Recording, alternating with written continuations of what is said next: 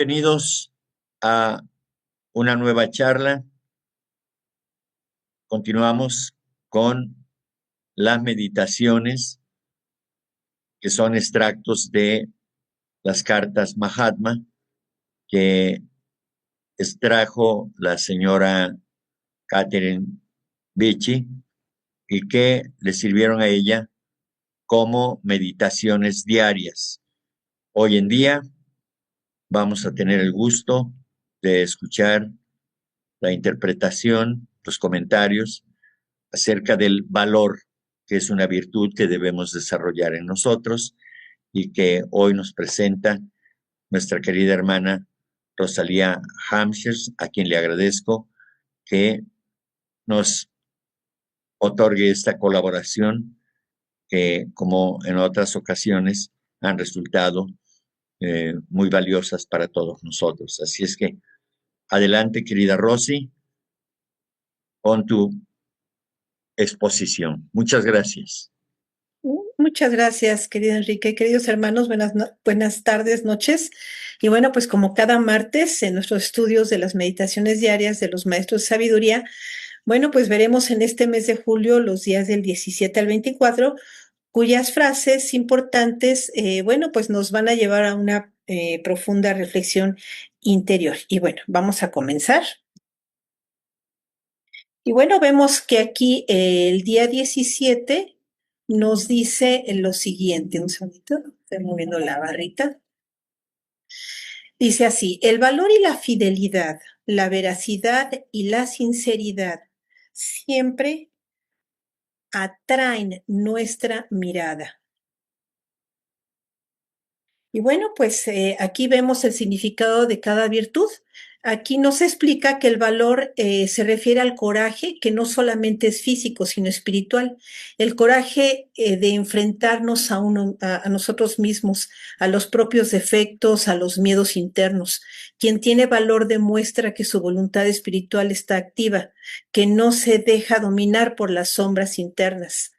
La fidelidad, bueno, pues nos dice que es ser leal a los principios eternos, a la verdad universal, más allá de dogmas, religiones o intereses personales. La fidelidad es vista como alineación con las leyes cósmicas, lo cual genera estabilidad y armonía en todos los planos. La veracidad se refiere a que, bueno, más bien no se refiere solo a decir la verdad, sino a vivirla. La verdad es uno de los nombres ocultos del Logos universal. Ser veraz significa reflejar, aunque sea en pequeña escala, el brillo del Logos. La mentira distorsiona los cuerpos sutiles, la verdad los armoniza. Y la sinceridad, bueno, pues es la transparencia del alma, la ausencia de máscaras. La sinceridad es un signo de pureza interna, de alguien que no oculta su luz ni su sombra, sino que se muestra como un caminante honesto, un aspirante sincero y virtuoso en el sendero. Y bueno, hermanos, pues podemos ver que esta profunda reflexión conlleva una carga profunda desde la visión teosófica. Los maestros de sabiduría, bueno, pues observan al alma humana no desde lo externo, es decir, por decir su posición social o palabras vacías en lo absoluto, sino desde la luz interior que cada individuo proyecta por su estado de conciencia. Y bueno, pues vamos a desglosarlo en un análisis un poquito más profundo. Cuando los maestros nos dicen que ciertas virtudes atraen su mirada, no es una mirada física, sino más bien una atención espiritual. En los mundos internos, ellos perciben las vibraciones, la luz y las cualidades de los aspirantes, como nos los ha dicho la maestra Blavatsky, tal como el valor, la fidelidad, la veracidad y la sinceridad, ¿verdad? Que son energías vivas que generan una emanación luminosa en el campo áurico del discípulo o del buscador y que es vital para los maestros. Ajá. Dice, esto lo comenta también el señor Charles Leadbeater, Y bueno, esto significa que independientemente de que nos encontremos en la cima del conocimiento o en la más humilde posición, bueno, pues si cultivamos estas virtudes de modo genuino, altruista y sincero, bueno, pues nuestro campo vibratorio resonará en una frecuencia especial para ellos y de esta manera eso atrae la atención de los seres mucho más avanzados que son los maestros. Nos dice la maestra Blavatsky que desde el plano donde están ellos, los maestros de sabiduría, bueno, pues los discípulos, e inclusive hasta los que son aspirantes a discípulos, son observados y no por sus conocimientos solamente intelectuales o su sola apariencia, sino por el resplandor interno que proyectan estas cualidades. Cada acto de valor, cada pensamiento veraz, cada expresión sincera y cada fidelidad a lo superior en todos los aspectos, como el estudio, el servicio, el altruismo, fortalece ese hilo de luz que conecta al alma humana con los guardianes de la sabiduría, que son ellos. Por eso estas virtudes son como puentes vibratorios hacia los maestros y también son las llaves del corazón que abren las puertas de la percepción superior. Y bueno, pues aquí la frase del día 18 nos dice lo siguiente: valor, pues, todos vosotros los que queréis ser defensores de la única verdad divina. Seguid siendo intrépidos y confiados.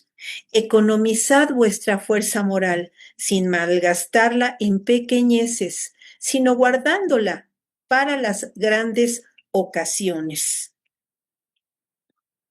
Y bueno, pues observemos lo siguiente. El valor, pues bueno, pues todos vosotros lo que queréis ser defensores de la única verdad divina, pues nos refiere a esto que dice así. Defensores de la verdad, aquí no se habla de defender doctrinas, religiones o ideologías humanas, más bien se refiere a la verdad divina que es inmutable, una y está más allá de cualquier forma, palabra o escritura. Es una luz, es la luz una que subyace en toda manifestación. El valor a que ellos se refieren, bueno, pues tiene que ver con que el discípulo es llamado a la valentía interior, ¿verdad? ¿Verdad? A no temer a esa soledad, a resistir las críticas mundanas y sobre todo a mantenerse firme ante las pruebas invisibles que, bueno, nos atacan desde lo mental, ¿verdad? Emocional o astral.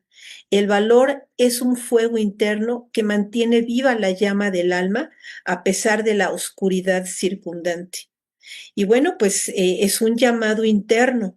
Solo aquellos que demuestran constancia, fuerza interior y amor a la verdad pueden ser escuderos de esa luz universal. Y no es un privilegio, sino un estado de conciencia conquistado. Y bueno, pues también aquí podemos ver que los maestros nos dicen que seguir siendo intrépidos y confiados. Es decir, intrépido se refiere a que sin temor al cambio debemos permanecer, ¿verdad? Sin temor a la autotransformación, porque en el camino teosófico las formas viejas se destruyen, las creencias se derrumban y el discípulo debe entrar en la noche oscura del alma muchas veces. Y bueno, pues la intrepidez es la cualidad que sostiene la marcha sin desfallecer.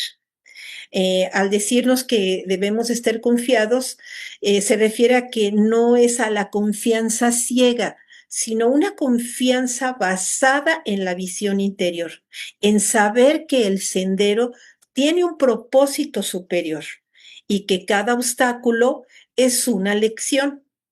Y quien confía, bueno, pues no duda de la ley, aunque la vida externa sea difícil o incomprensible. Esta es la actitud que mantiene abierta la corriente de comunicación con los maestros.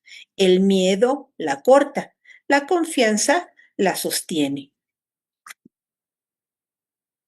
Y bueno, pues aquí nos muestra el maestro KH que la energía moral es limitada y un discípulo debe de aprender a administrarla con sabiduría. Por eso dice, economizad vuestra fuerza moral sin malgastarla en pequeñeces, sino guardándola para las grandes ocasiones. Y bueno, pues aquí nos detalla que las pequeñeces se refiere a las preocupaciones triviales, las luchas por orgullo, los conflictos de ego, porque todo eso consume nuestra energía como fugas en un recipiente. Y estas fugas debilitan, oscurecen la visión y retrasan nuestro avance. Entonces no tenemos que estar tan enfocados en esas pequeñeces, no darles tanta atención. Y bueno, pues las grandes ocasiones se refiere el maestro que son a las pruebas que son clave de la vida, ¿verdad? A los momentos donde decide seriamente tomar el camino en beneficio de la evolución. Son los momentos en que debemos enfrentar el dolor, la soledad, la injusticia o la tentación con dignidad. Ahí es donde deberemos invertir toda la fuerza interior acumulada. Los maestros enseñan a no dispersar nuestras energías, sino a cultivarlas y enfocarlas en el bien de la humanidad y el servicio y no desperdiciarlas. Y bueno, pues aquí en el día 19, el maestro Cache nos comenta que esta frase maravillosa de osar, querer, obrar y callar tiene una enseñanza extraordinaria, muy, muy profunda. Y bueno, pues definitivamente es el lema de ellos, ¿verdad? De los maestros, y como el de todo cabalista y ocultista. Y bueno, pues nos dice que la frase osar, querer, obrar y callar, bueno, pues es un lema fundamental en la teosofía y refleja los principios esenciales para el desarrollo espiritual y el trabajo oculto. Cada palabra tiene un significado profundo y vamos a empezar con osar, que representa el valor necesario para enfrentar los desafíos del camino espiritual, superar los miedos y avanzar hacia lo desconocido con determinación. Querer nos indica que se refiere a la voluntad firme y el deseo genuino de buscar la verdad por el conocimiento y la iluminación sin desviarse por distracciones externas. Obrar se refiere a la acción consciente y responsable, poniendo en práctica los principios espirituales y trabajando activamente por el progreso y el bienestar de la humanidad. Y callar, bueno, pues simboliza la discreción y el silencio, esenciales para proteger los conocimientos esotéricos que se refiere a la teosofía más elevada, ¿verdad? Y evitar que sean mal interpretados o utilizados de manera indebida. En conjunto, este lema guía a los cabalistas y ocultistas hacia una vida de disciplina, compromiso y respeto por los misterios espirituales. Y bueno, pues aquí vamos en el día 20, que nos dice así: tú ofreces tus servicios. Bien, estás deseoso de dedicar tiempo, incurrir en gastos, correr riesgos por nuestra causa. El bien es la causa de la humanidad, de la verdadera religión, de la educación, de la iluminación y de la elevación espiritual, desde luego. Necesita misioneros, devotos, agentes, incluso mártires quizás, pero no puede exigir de cualquier hombre que haga ninguna de estas cosas. Si él lo elige así, bien, bien para el mundo y para sí mismo. Maestro M. Y bueno, pues aquí es importante comentar que en conjunto nos dice la maestra Blavatsky que este lema, bueno, el que también vimos, tiene mucho que ver con esto porque guía a los cabelistas y ocultistas hacia una vida de disciplina, de compromiso y respeto por los misterios espirituales. Precisamente este lema que vimos en la anterior frase yo siento que tiene mucho que ver con esta, como que están todas interconectadas, porque lema de osar, querer, obrar y callar establece una relación directa ante la acción y el silencio como pilares fundamentales del desarrollo espiritual y teosófico. Y bueno, pues esa conexión que yo quisiera hacer aquí una pausa, nos lleva a entender que la acción en el obrar es el medio por el cual se materializan los ideales espirituales y no basta con tener solamente valor, o sea, osar y voluntad, que es el querer, sino que es necesario actuar de manera consciente y responsable para transformar las aspiraciones en realidades. Nos lo dice la maestra Blavatsky. Cuando nos habla de obrar, nos implica trabajar activamente en el propio crecimiento espiritual y en el servicio a los demás, siguiendo los principios de la verdad y la rectitud. Cuando nos habla, por ejemplo, del silencio, de callar, complementa esa acción al proteger todos los conocimientos adquiridos y evitar que sean malinterpretados o utilizados de manera inapropiada.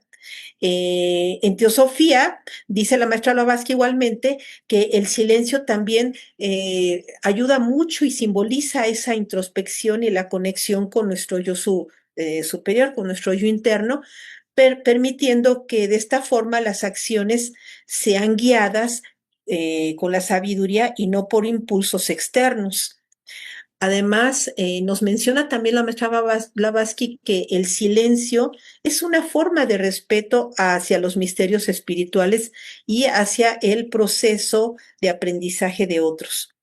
En conjunto, todo este lema nos enseña que la acción debe de ser realizada con discreción y propósito, ¿verdad? Mientras que el silencio asegura que el conocimiento y las acciones sean preservadas y utilizadas de manera adecuada. Ambos son esenciales para ese equilibrio y el desarrollo en el camino espiritual. Y aquí precisamente en esta frase que acabamos de ver respecto a todo este bien que incurre todo por causa de los maestros, bueno, pues teosóficamente nos dicen estas frases que efectivamente hacen referencia al compromiso altruista y desinteresado que se espera de quienes se dedican al camino espiritual y al servicio de la humanidad. Y por ejemplo, aquí podemos ver, reflexionar, podemos más bien reflexionar al respecto de lo siguiente. Decimos, tú ofreces tus servicios, ¿verdad? Aquí dice el maestro, tú ofreces tus servicios. Y bueno, pues esto destaca la importancia de la disposición voluntaria para contribuir al bienestar colectivo, ¿verdad? En el contexto teosófico, ofrecer servicios, bueno, pues implica trabajar por la causa de la verdad, la fraternidad universal y el progreso espiritual de la humanidad. También el maestro aquí nos comenta una frase que dice, ¿estás deseoso de dedicar tiempo, incurrir en gastos, correr riesgos por nuestra causa? Y bueno, pues esto se refiere a ese sacrificio personal que el buscador está dispuesto a hacer por una causa mayor. Nuestra causa, bueno, sabemos que alude a los ideales teosóficos, ¿verdad? De educación espiritual y la búsqueda de la verdad. El dedicar tiempo, recursos y asumir riesgos, bueno, pues muestra un compromiso muy profundo con el propósito de elevar la conciencia humana. Y bueno, pues esa causa, con mayúsculas, la que los maestros nos dicen de una manera muy, en cierta forma, muy fuerte, porque esa causa de los maestros, es la causa de la humanidad, de la verdadera religión, de la educación y de la elevación espiritual, desde luego, para todos. Entonces, aquí se nos define esa naturaleza de la causa que no es una religión específica ni un dogma, sino la búsqueda de la verdad universal, la educación espiritual y pues el desarrollo de todos los seres a través del estudio y del altruismo. Es una causa que trasciende fronteras, credos, culturas, enfocándose en el desarrollo espiritual y moral de la humanidad como un todo. Y bueno, pues en resumen, hermanos, estas frases que estamos viendo en esta frase resaltan ese ideal teosófico de trabajar siempre muy desinteresadamente por el bienestar de todos, promoviendo la verdad, la educación y la elevación espiritual. Y es un llamado a la acción altruista y comprometida, guiada por principios universales y espirituales que siempre han existido, siempre son y siempre han sido. Teosóficamente, este texto se refiere al llamado voluntario y consciente que se hace a los individuos para dedicarse al servicio de una causa espiritual y universal. Y bueno, pues el hecho de mencionarnos que el bien necesita misioneros, devotos, agentes, incluso mártires, quizás como lo vemos aquí, bueno, pues alude a la necesidad de personas comprometidas que trabajen activamente por la causa de la humanidad, la verdad y pues el desarrollo espiritual. Y podríamos añadir lo siguiente. Los misioneros son quienes difunden los principios espirituales. Los devotos son aquellos que se entregan con fervor a la causa. Los agentes son los que actúan en el mundo para promover el cambio. Y los mártires son quienes están dispuestos a sacrificarse por el bienestar colectivo y los ideales superiores. Pero no puede exigir de cualquier hombre que se haga uno de ellos. Bueno, pues este fragmento subraya que el compromiso con la causa espiritual debe de ser completamente voluntario. No se puede imponer ni exigir, ya que el verdadero servicio espiritual surge del libre albedrío y de una elección consciente e individual basada en el amor y la comprensión de los ideales universales. Y como dicen los maestros, si él lo elige así, bien, bien para el mundo y para sí mismo. Aquí se reconoce que la decisión de dedicarse a la causa beneficia tanto al individuo como al mundo. Para el individuo representa un camino de crecimiento y realización personal. Para el mundo es una contribución al progreso colectivo y la elevación de la conciencia global. Y bueno, hermanos, pues en esencia yo considero que el texto refleja el principio teosófico de que el servicio espiritual debe de ser una elección libre y desinteresada, guiada por el deseo de contribuir al bienestar de la humanidad y que conlleva al propio desarrollo espiritual. Porque nosotros al ayudar a que se desarrolle ese trabajo en toda la humanidad, estamos desarrollando también el nuestro. Aunque obviamente olvidarnos totalmente de estar buscando nuestro desarrollo, enfocarnos más bien en el desarrollo de los demás. Y bueno, pues es un llamado a actuar desde el corazón y la voluntad, sin imposiciones ni expectativas externas. Y bueno, pues en la frase del día 21 nos dice así: el hecho es que hasta la última y suprema iniciación, a cada chela, incluso hasta algunos adeptos, se les abandona a sus propios recursos y consejos. Hemos de liberar nuestras propias batallas y el adagio familiar, el adepto se hace, no se le hace, es literalmente cierto. Y bueno, hermanos, pues yo considero que este pasaje tiene una enseñanza teosófica muy profunda por pues el mencionar que hasta la última y suprema iniciación, bueno, pues nos alude a las enseñanzas teosóficas de que las iniciaciones, simbolizan esos peldaños de la evolución espiritual, que son procesos internos mediante los cuales la conciencia humana se expande progresivamente hacia niveles superiores. Y teosóficamente, la maestra Blavatsky dice que hay varias iniciaciones, pero solo en la última el ser humano logra la completa identificación con su yo superior o mónada, superando toda ilusión, todo maya. Y hasta llegar a ese punto, bueno, pues el discípulo debe de probarse constantemente a sí mismo. Y al decir se les abandona a sus propios recursos y consejos, bueno, esto no significa un abandono literal, ¿verdad? Sino que el maestro espiritual o la jerarquía oculta se retira conscientemente para probar la fuerza interior del discípulo. Simboliza también la autonomía del alma, ¿verdad? En el camino oculto.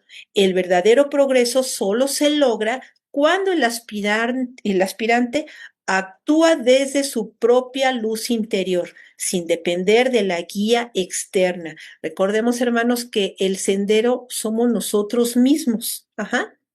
Y bueno, pues la ley de karma también actúa aquí. Cada quien debe enfrentar las pruebas que se presentan por su propio desarrollo y karma personal. En la frase de hemos liberar nuestras propias batallas, bueno, pues la alegoría aquí es muy clara, ¿verdad? Ya que el camino del discipulado, bueno, pues es solitario porque el trabajo esencial es con uno mismo, enfrentando pasiones, ilusiones, deseos y miedos. Y bueno, pues es una guerra interna donde el enemigo es la personalidad interior y el premio, bueno, pues es la liberación del alma. Igualmente en la frase de el adepto se hace, no se hace, bueno, pues nos recuerda lo que es esencial en la sabiduría teosófica y es que nadie puede otorgar la maestría espiritual. No hay favores ni concesiones. El adeptado se conquista mediante méritos propios, disciplina, autocontrol, servicio y sacrificio. Y como dice la maestra Blavatsky, no hay corona sin triunfo, ¿verdad? El maestro puede señalar el camino, pero el discípulo debe de recorrerlo solo. Es una confirmación del principio universal de autorrealización, como lo dice en la doctrina secreta. Y bueno, pues este mensaje, hermanos, enseña que el progreso espiritual es un acto profundamente individual. Aunque existan maestros y jerarquías espirituales, nadie puede recorrer el camino por nosotros. Ajá. El poder y la divinidad están dentro de nosotros y la verdadera maestría se logra a través de la autosuperación consciente. Y es una invitación a la responsabilidad espiritual total. Cada alma es su propia luz, su propio maestro.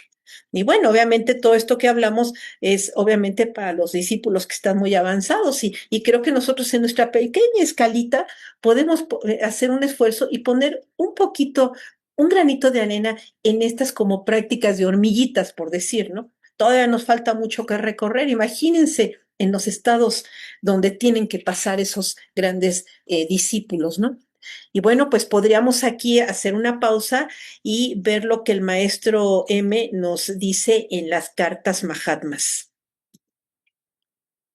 Bueno, pues el maestro M es muy claro en sus cartas y dice así, no ayudamos a los perezosos, a quien no lucha, no se le da nada. Él constantemente repite que el discípulo debe transformarse a sí mismo porque el trabajo espiritual es un combate personal contra la ilusión del yo inferior. En la carta 10, igualmente, el maestro M nos dice, nosotros mostramos el camino.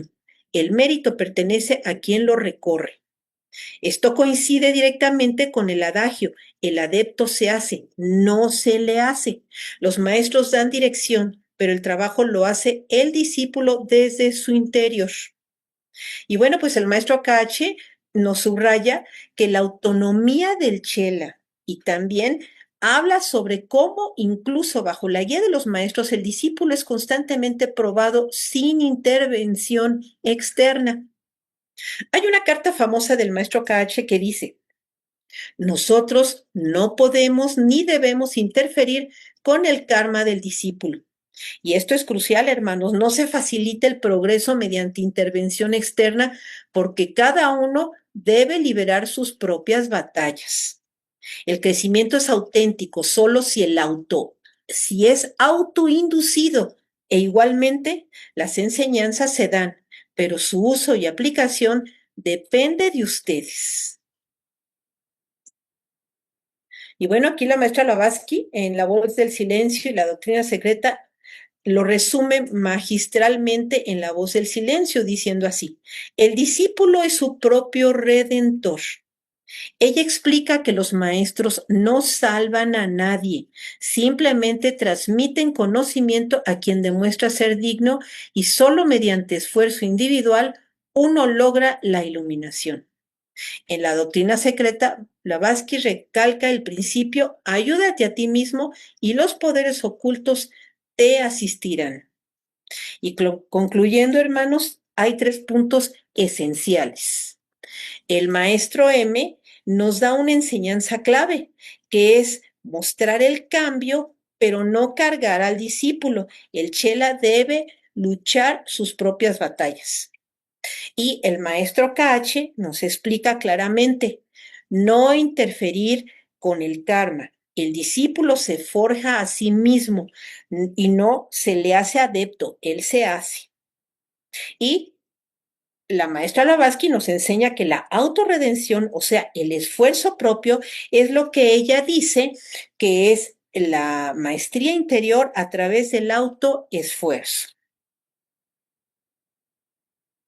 Y bueno, pues por tanto, todo esto nos lleva a la conclusión, que es que la autorresponsabilidad espiritual, que es ley fundamental para los maestros, bueno, pues obviamente ahí no hay atajos sin disciplina y sin transformación interior. Nadie puede llamarse discípulo verdadero si no es así. Y bueno, aquí en el día 22 nos habla de que el reino de los cielos ha de ganarse por la fuerza, dicen los místicos cristianos. No es sino a mano armada y dispuestos a vencer o a perecer como el místico moderno puede esperar conseguir su propósito.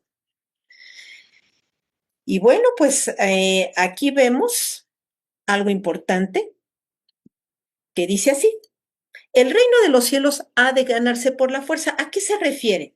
Bueno, pues no habla de violencia externa, ¿verdad?, sino de fuerza interior. No es un lugar físico, sino el estado de conciencia superior, la unión con el yo superior o el acceso a niveles más elevados de conciencia.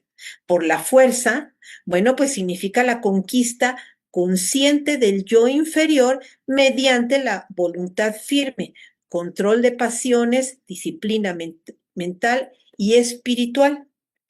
Y la maestra Blavatsky nos explica que el cielo es el símbolo del estado de conciencia iluminado del alma, y la fuerza simboliza el poder de la voluntad espiritual, sin la cual no se puede alcanzar. A mano armada, bueno, pues significa que el alma debe equiparse con estas virtudes para combatir contra las ilusiones de Maya, las pasiones personales, la ignorancia y los engaños del ego. Esto está muy relacionado con la idea oriental de la guerra santa interna o el combate oculto. Y dice: vencer o perecer. Es una enseñanza teosófica esencial. No hay neutralidad en el camino espiritual. El aspirante debe de superar su propia naturaleza inferior o fracasar y comenzar de nuevo en otra vida o ciclo. El perecer aquí es morir a la vida inferior, al egoísmo y a la ignorancia, para renacer espiritualmente. Es el proceso de muerte y renacimiento consciente que permite al discípulo alcanzar el estado de adepto. Y aquí menciona igualmente la maestra Blavatsky el mismo simbolismo con respecto a la batalla del Kurukshetra, ¿verdad?, del Bhagavad Gita, símbolo de combate interior del discípulo. Y bueno, pues aquí vemos el día 23, que nos dice así esta frase: aquellos que han tenido a su cuidado a la humanidad a lo largo de las centurias de este ciclo han visto constantemente repetirse los detalles de la lucha a muerte entre la verdad y el error. Algunos de vosotros, hermanos, estáis heridos ahora en vuestro honor, y en vuestros bolsillos solamente. Pero los que sostuvieron la antorcha en la generación precedente pagaron por su conocimiento con sus vidas. Y bueno, hermanos, pues este mensaje encierra una enseñanza de gran relevancia teosófica y nos dice lo siguiente. Aquellos que han tenido a su cuidado a la humanidad, bueno, pues sabemos que se refiere a la jerarquía oculta, ¿verdad? Los maestros de sabiduría, también conocidos como guardianes de la humanidad. Según la teosofía, estos seres superiores trabajan de modo oculto desde milenios, guiando el progreso espiritual y moral del mundo. Son los Mahatmas, Arhats, Bodhisattvas, los portadores de la antorcha del conocimiento eterno. La humanidad no está sola. Siempre ha existido un linaje oculto de sabios que orientan su evolución. Y bueno, pues aquí referente a la lucha a muerte entre la verdad y el error, bueno, pues es la eterna batalla entre el conocimiento superior, que es la verdad, y las ilusiones materiales y el dogma, que es el error. En términos teosóficos, es la guerra entre la luz del espíritu y las sombras de la materia. Esta lucha se repite cíclicamente porque el materialismo y la ignorancia siempre intentan sofocar las llamas de la sabiduría. Y eso en todos los tiempos, hermanos, en todos los tiempos. La maestra Blavatsky en la doctrina secreta lo llama la lucha entre el espíritu que asciende y la materia que arrastra hacia abajo. Heridos en vuestro honor o en vuestros bolsillos, bueno, pues aquí nos señala que es un grado leve de sacrificio. Los discípulos actuales pueden enfrentar calumnias, rechazo social o pérdidas materiales, pero su vida física generalmente no está en juego. Esto alude al precio menor que muchos deben pagar por seguir la senda oculta en la era moderna. Hermanos, pues el conocimiento espiritual es un legado sagrado, custodiado y defendido a lo largo de los siglos con sacrificio personal extremo. Ajá. Cada generación debe defender la antorcha, ¿verdad? Como dicen los maestros, aunque los sacrificios pueden variar. Antes fue la vida, ahora puede ser el honor, el prestigio, la comodidad material.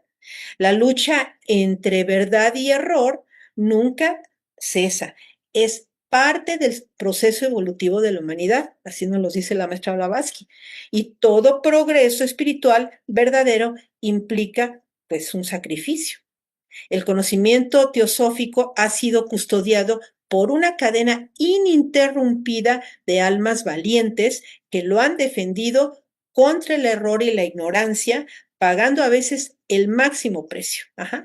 Y cada aspirante espiritual, aunque hoy quizás no arriesgue su vida, debe estar dispuesto a sacrificar parte de su ego, ¿verdad? Comodidad, reputación, para en realidad ser digno de esa antorcha eterna que es esa sabiduría. Y bueno, pues aquí dice, pagaron con sus vidas. Los iniciados y mensajeros anteriores como Giordano Bruno, Hipatía de Alejandría, Paracelso, los místicos gnósticos, etcétera, fueron perseguidos hasta la muerte. La antorcha del conocimiento, símbolo de la luz eterna de la sabiduría, ha sido transmitida con sangre y sacrificio. La muerte física en las generaciones pasadas es una expresión del precio kármico y del compromiso absoluto con la verdad. Y bueno, pues unos ejemplos que la maestra Blavatsky nos menciona directamente fueron Hipatía de Alejandría del siglo V, y la menciona como, la maestra Blavatsky siempre la menciona con un gran respeto en Isis sin velo como una mártir de la sabiduría antigua. Hipatía fue una iniciada neoplatónica asesinada brutalmente por fanáticos religiosos por enseñar ciencia, filosofía y misticismo griego. También la maestra Blavatsky la llama un símbolo de la destrucción del conocimiento esotérico en Occidente. Y bueno, pues respecto a Giordano Bruno, pues Blavatsky menciona a Giordano Bruno como un hermano de la luz, conocedor de doctrinas de sabiduría muy elevada orientales y que pues sabemos que fue quemado vivo por la Inquisición por sostener ideas como la pluralidad de mundos habitados, la divinidad interior del ser humano y la unidad del todo. Y bueno, pues en la doctrina secreta la maestra Blavatsky lo reconoce como un iniciado que murió por proclamar verdades prohibidas. Respecto a los gnósticos, bueno, pues la maestra Blavatsky defendía la gnosis primitiva, que era la sabiduría interna, la sabiduría interior, destruida por el ascenso del dogma religioso, ¿verdad? Menciona cómo los gnósticos primitivos fueron exterminados y perseguidos durante los primeros siglos del cristianismo porque enseñaban la divinidad interna, la reencarnación y la sabiduría esotérica sobre los planos de existencia. Igualmente, Paracelso fue un médico alquimista y ocultista europeo que fue perseguido y expulsado de universidades por desafiar la medicina oficial y por practicar curación basada en conocimientos ocultos. La maestra Blavatsky lo cita como hijo del conocimiento oculto. Y bueno, pues los templarios de la Edad Media fueron exterminados en la cruzada albigense por sostener doctrinas similares a las enseñanzas orientales sobre la reencarnación y la pureza espiritual. Algunos de ellos, como el gran maestre Jacques de Molay, según Blavatsky, guardaban enseñanzas secretas orientales y fueron quemados en la hoguera bajo acusaciones falsas. La maestra Blavatsky también nos decía que había un significado para el discípulo moderno, y es que en épocas más tolerantes como en el siglo XIX y aún más hoy, bueno, pues el precio del conocimiento ya no siempre es la vida física, ¿verdad? Sino las calumnias públicas, el aislamiento social, la pérdida material y sobre todo, bueno, pues la lucha interna contra uno mismo. Ella también lo vivió, no la llevaron a la hoguera, pero bueno, la atacaron terrible, ¿no?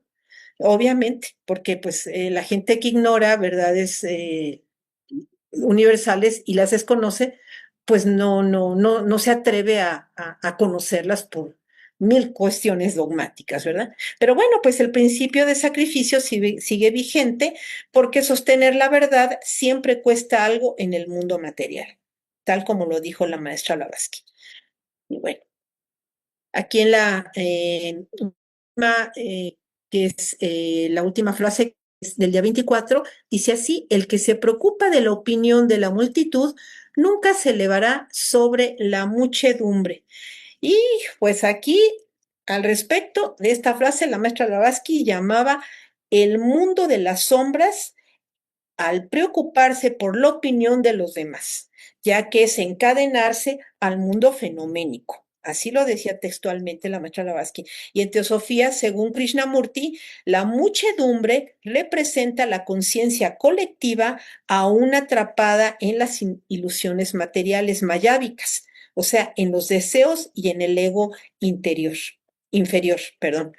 El discípulo verdadero, según los maestros de sabiduría, debe de desarrollar libertad interior, ajá, actuar según su conciencia superior, o sea, el yo superior o manas iluminado, y no según la aprobación o rechazo externo, es decir, con autonomía espiritual. Ajá. Vemos, por tanto, que la muchedumbre pues alude a la masa inconsciente atrapada en ilusiones y convencionalismos, no nada más personas que estén de fuera, que también nos llegan a afectar, pero muchas veces son nuestras mismas ideas que son totalmente erróneas. Ajá. Y bueno, hermanos, pues aquí dice la maestra Blavatsky también, nos está recalcando en La Voz del Silencio, en lo que dice aquí, que es: no sigas a nadie, ni siquiera a tu propio orgullo.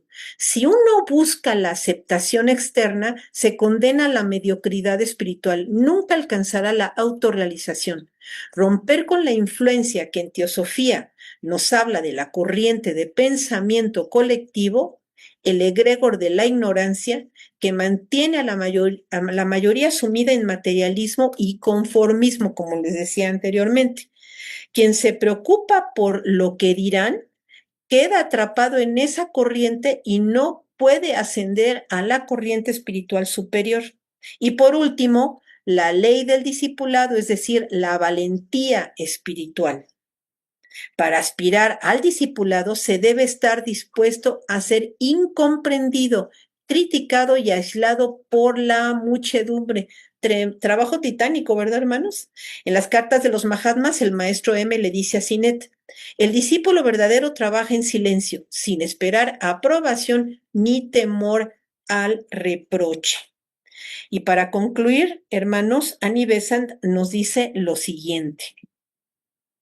Procurarse por la opinión ajena es atarnos al mundo ilusorio y retrasar la evolución del alma. Elevarse es liberarse del ego y del condicionamiento social para acceder a la sabiduría interna. El verdadero discípulo vive para la verdad espiritual, no para el reconocimiento externo. Y añade igualmente lo siguiente.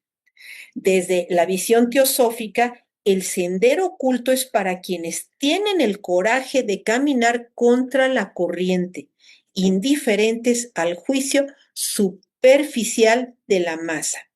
El crecimiento interior exige desapego total de la aprobación externa. Y bueno, hermanos, pues aquí termino mi exposición, que les comparto con mucho cariño a todos. Paz a todos los seres, que todos los seres sean felices y muchas gracias por escucharme. Gracias, hermanos. Al contrario, gracias a ti, querida Rosy. Quiero agradecerte por el esfuerzo. Presentaste un magnífico trabajo, extraordinaria, tu manera de presentarlo, de elaborarlo también, desde luego, y te lo agradezco a nombre de la Logia Blavatsky, que somos todos los simpatizantes y los miembros de la misma. Te agradezco tu esfuerzo, te lo reconozco, y bueno, Gracias. Con explicaciones muy claras, enriquecidas por textos de otras fuentes que se acomodan perfectamente, que tienen que ver exactamente con las enseñanzas de las indicaciones o instrucciones que dieron los maestros a Sinet y a otros, no solamente a Sinet, ¿no? Pero en este caso todas fueron dirigidas para el señor Sinet. Y entonces, pues te felicito, Rosy, y te agradezco. Te agradezco, como siempre, tu esfuerzo, tu colaboración. Vamos al número 21, por favor. Grande. Se trata de aclarar un término que quizá en la traducción que tú tienes se escribió de otra manera, ¿no? Y es que el contexto nos lleva a comprender que no es el término apropiado. Dice, el hecho es que hasta la última y suprema iniciación, a cada chela, incluso hasta algunos adeptos, se les abandona sus propios recursos y consejos. Aquí dice, hemos de liberar nuestras propias batallas, etcétera. El término liberar, en el libro que yo tengo, dice librar. Y librar en este contexto quiere decir realizar una batalla, ¿sí? Es decir, entrar a una batalla. Librarla quiere decir entrar a una batalla. Y entonces por eso los maestros dicen que incluso ellos libran sus propias batallas, es decir, tienen que luchar contra cuestiones que les atañen al nivel en que se encuentran ellos, ¿no? Y esto tiene sentido porque en el número 22, si quieres pasarlo, Ahí está, claro. dice aquí, el reino de los cielos ha de ganarse por la fuerza, es decir, se ha de conquistar, dice, a mano armada, ¿sí? Es decir, hay que luchar, entrar a una lucha, a una batalla, ¿sí? Y esa es la lucha con la personalidad, ¿no? Eso entendemos, con la materia y demás. Entonces, esa es la aclaración que yo quería hacer nada más al respecto, porque liberar, pues es otra cosa, ¿sí? Es liberarse, por ejemplo, de las ataduras, pero para eso hay que librar una batalla, ¿sí? Exacto. ¿Sí? Fíjate, pensé Liberarse, lo mismo que tú. Le di sí, la idea más, aunque está escrito sí, liberar, yo me quedé con la idea de librar. Me sí, concentré más en librar, ya no le puse atención y lo copié tal como estaba en el librito. sí. Inclusive, por ejemplo, el reino de los cielos ha de ganarse por la fuerza. También lo he escuchado que se dice se toma por sorpresa. Lo he escuchado Ah, así. Pero bueno, pues es lo mismo, ¿no? claro. Bueno, muy bien. Pues una vez hecha la aclaración y espero que sea útil para todos, eh, pues reitero mi agradecimiento, mi reconocimiento por el gran trabajo que hiciste. Sí, buenas noches a todos. Buenas Muchas noches. gracias, Rosy, por esta extraordinaria presentación. Tengo una pregunta abordando el tema de la prueba, de donde se prueba, eh, bueno, donde nos prueban, donde mi pregunta es, ¿quién es el que nos prueba? ¿Es uno mismo que se prueba a sí mismo? Pensando, por ejemplo, en el caso bíblico, este donde Cristo también es probado, o es la divinidad, o es el gran espíritu, o quién es el que nos prueba. Bueno, yo considero que no hay maestro más grande que el que está dentro de uno mismo. Y ese es el que se va a ir desarrollando a través de cada encarnación, a través de cada experiencia. Y yo creo que esos problemas o adversidades, obstáculos, como dicen, yo siempre les cambio un poco el nombre como oportunidades. Y en realidad ningún maestro me está poniendo la prueba. Esas pruebas vienen de la vida para que yo me fortalezca.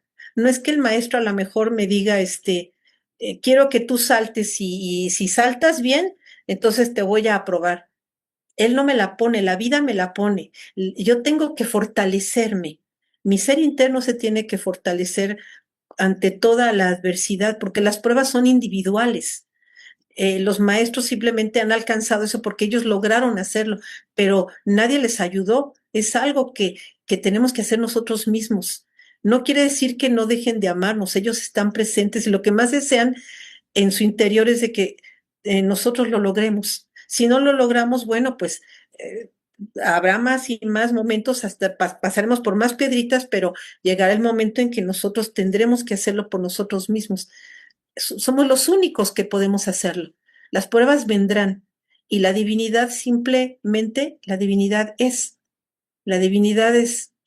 ahora sí que no un señor, ni una persona, ni un ser antropomórfico que esté viéndonos, pero en lo absoluto. La vida una lo está en todo y esa vida una infinita pues está dentro de mí y es la fuerza que de la que yo tomaré para pasar esa prueba. Pero yo creo, yo según pienso ahorita, Enrique, que nos des opinión, pienso que la fuerza interna es de nuestra mona, de nuestro ser divino interno, porque la divinidad somos nosotros mismos y nosotros tenemos que pasarlo porque es algo para que nos ayude a evolucionar, a crecer y cada que evolucionemos, ese paso es un paso para la humanidad.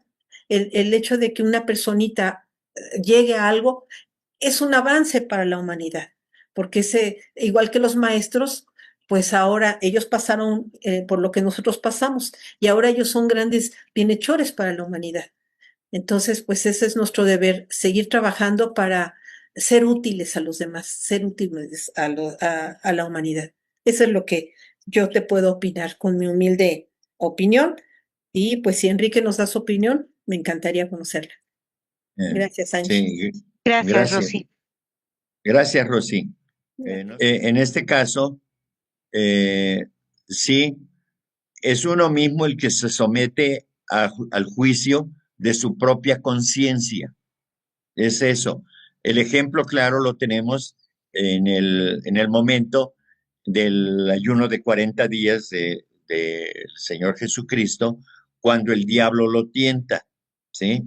Ese diablo no es otra cosa más que, como lo expliqué en la sesión de la vida de Cristo, son el egoísmo, la vanidad, el orgullo, el deseo de poder, de dominio sobre los demás, los celos y todo lo negativo de nuestra personalidad se pone en guardia y lucha porque quiere seguir reinando sobre ese ser humano que se está liberando y que ya quiere abandonar todos esos aspectos de su personalidad. Pero como dije antes, eh, ya en el estado de conciencia en el que se encuentra este ser humano, pues está bien armado, está bien equipado para poder vencer a esas tentaciones. Y entonces toda esa batalla es dentro del ser humano mismo, no es luchar contra otros, sino que es únicamente la batalla con uno mismo. Puse el ejemplo de las personas que luchan contra la obesidad y que las tentaciones de comer el pastelito, de comer demasiado o todo lo que se comía antes de empezar a practicar una nueva dieta para su beneficio, siempre están las tentaciones ahí a la mano, ¿no? Entonces, la lucha es interna entre el ser superior y el ser inferior o la personalidad. A eso se refiere. Podría comentar también, Enrique, que algo parecido también el señor Buda lo vivió debajo del árbol Bodhi, porque todo mundo, algunas personas que no conocían su vida decían, híjole, entonces Mara mandó a todo su ejército y llegaron, pero es que no eran externas, era de su interior. Las luchas son interiores, todo está ahí. Cuando el discípulo empieza a manifestar su espiritualidad, en ese momento afloran también los defectos, juntamente con lo espiritual, ¿sí? Porque esas son las pruebas, son lo más terrible, ¿no? Lo más terrible del hombre terrenal, surge ahí y tiene que aplacarlo, tiene que acabar con ello de una vez y para siempre.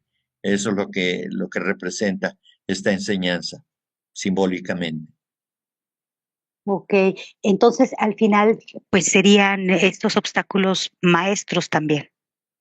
Sí, muy fuertes, tremendamente fuertes. En la medida que el hombre va adquiriendo mayor poder, también las fuerzas del mal o las fuerzas contrarias también se manifiestan con mayor poder, con mayor fuerza. Entonces, la lucha es titánica y esa muerte. Una de las dos fuerzas tiene que prevalecer y en términos generales siempre prevalece la fuerza de la luz, la fuerza de lo bueno, de la buena ley en este caso. Ok, me queda muy claro ya esta frase de librar las batallas. ¿Okay?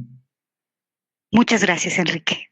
Librar las batallas para vencer y vencer, por supuesto. Un abrazo. Claro. Gracias. Quiero felicitar a Rosy por su brillante exposición, también la del sábado.